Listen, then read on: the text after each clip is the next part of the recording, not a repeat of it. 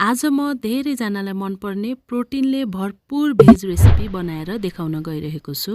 यो रेसिपीलाई हामीले घरमा, पार्टीमा, रेस्टुरेन्टमा हरेक ठाउँमा थरी-थरी तरिकाले बनाएको देख्न सक्छौँ।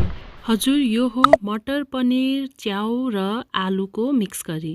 सुरु गरौँ आजको हाम्रो रेसिपी।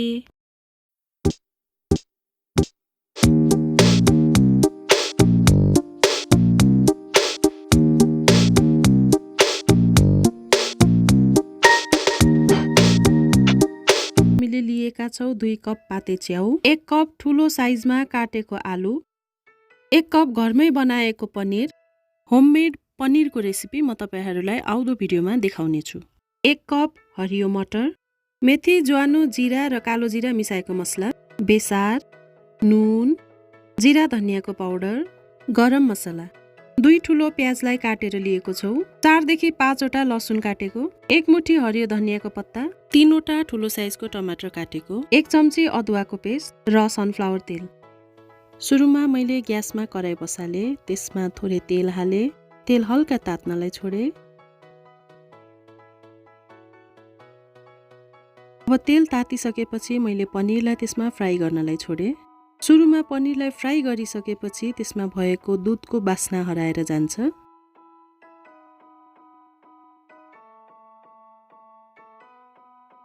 यसलाई मजाले बिस्तारै चलाउँदै जान्छु। पनिर टुक्रिने सम्भावना पनि हुन्छ। हल्का लाइट ब्राउन भइसकेपछि म पनिरलाई निकाल्छु। पनिर फ्राई गरेर तयार भइसकेको छ। मेरो पनिर हल्का टुक्रिएको पनि छ। अब फेरि त्यही तेल म प्रयोग गर्दै छु। त्यसमा मैले काटेको आलु हालेर फ्राई गर्छु। आलुलाई पनि सानो ग्यासमा मजाले फ्राई गर्दै जान्छु।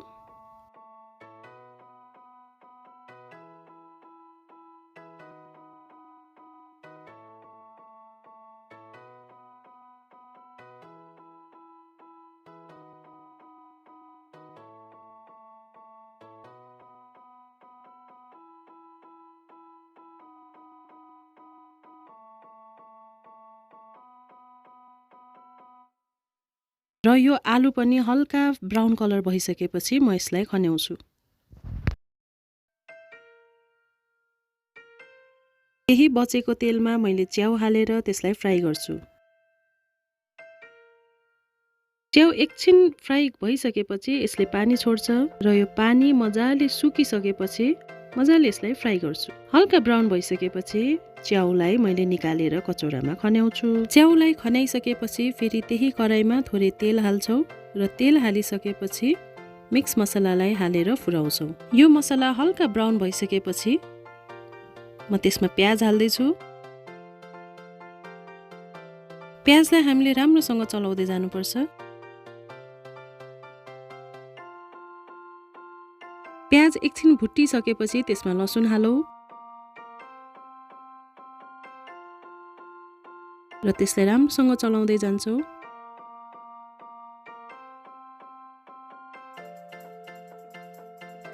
मजासँगले एकअर्कासँग मिक्स गर्छौँ। त्यसैगरी अब हाल्छौँ अदुवाको पेस्ट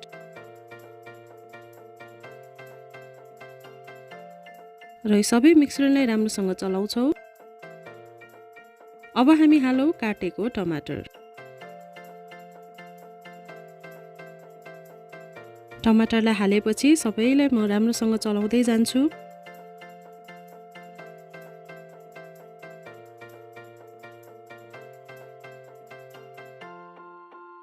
टमाटरलाई एकछिन पाक्न छोड्नुपर्छ।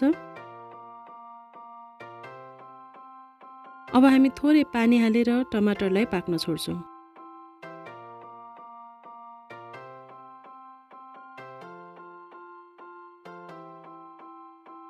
यो समय हामीले ग्यासको आँच चाहिँ सानो पार्छौँ। टमाटर अझै राम्रोसँग पाक्नको लागि हामीले कराईको बिर्को लगाउँछौँ र एकछिन पाक्नलाई छोड्छौँ। हामी हेर्दैछौँ कति राम्रोसँगले पाकिरहेको छ भित्रको टमाटर। यसलाई डढ्न भने दिनु हुँदैन। सानो आँचमा लगभग 4-5 मिनेट पाकिसकेपछि हामीले अघि हालेको पानी सुक्छ र अब हामी कराईको बिर्को खोल्छौँ। हेर्नुस् त, हाम्रो मिक्सर लगभग तयार भइसकेको छ। यसलाई केही समय अझै चलाएर अझै गलाउँछौँ।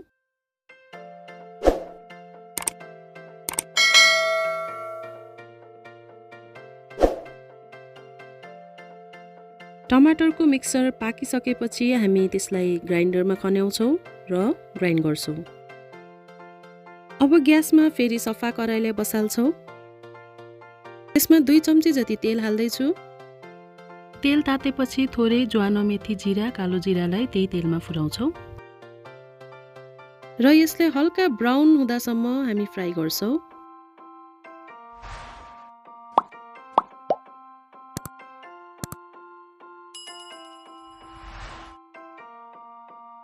अघि हामीले ग्राइन्ड गरेको टमाटरको पेस्टलाई हामी त्यही तेलमा फ्राई गर्दै जान्छौँ।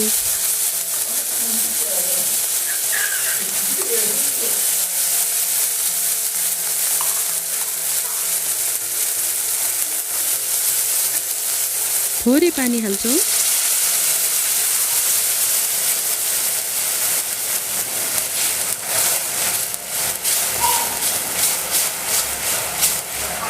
र त्यसलाई राम्रोसँगले चलाउँछौँ। पहिले नै टमाटरको पेस्ट पकाइसकेको हुनाले हामीले यो बेला धेरै समय पकाउँदैनौँ।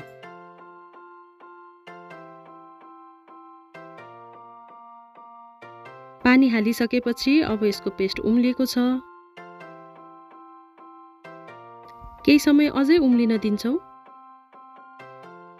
अझै मैले पानी हालेँ।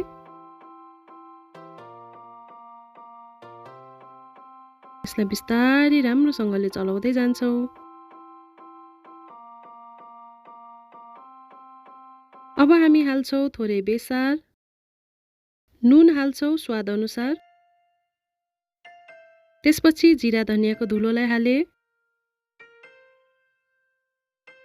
अब हाल्छौँ गरम मसलाको धुलो र ती सबैलाई हाम्रो ग्रेभीमा राम्रोसँगले मिक्स गर्छौँ।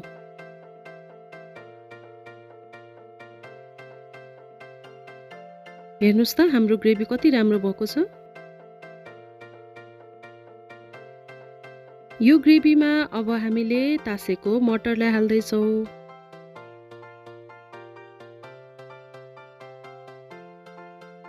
मटरलाई पाक्न एकछिन समय लाग्छ, त्यो कारणले हामीले पहिले नै हालेका छौँ।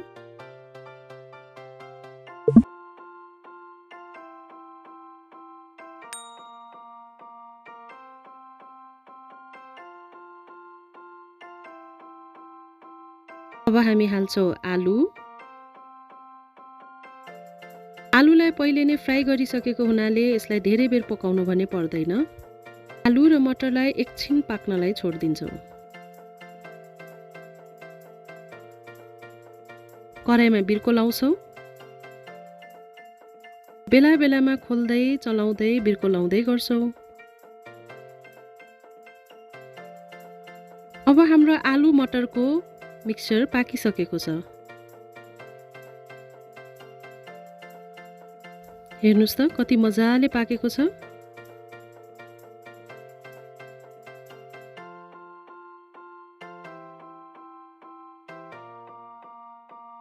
यसमा अब हामी अघि फ्राई गरेको च्याउलाई हाल्छौँ र राम्रोसँगले मिक्स गर्दै चलाउँदै जान्छौँ।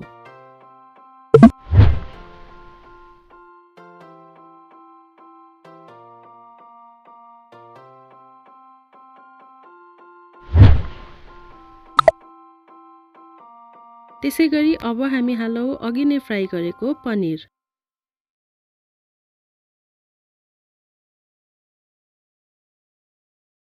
यो पनिर निकै बेर राखेको भएर डल्लो परिरहेको छ। यसलाई हामी बिस्तारै बिस्तारै छुट्याउँदै जाँदैछौँ।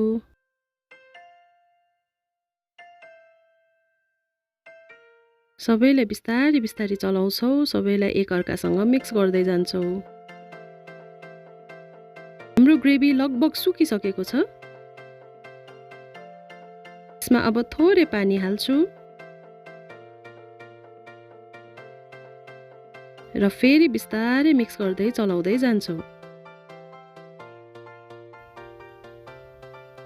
हाम्रो मिक्स च्याउ, पनिर, मटर, आलुको तरकारी लगभग तयार भइसकेको छ। गार्निसिङको लागि हामीले यसमा धनियाको पत्तालाई हाल्दैछौँ।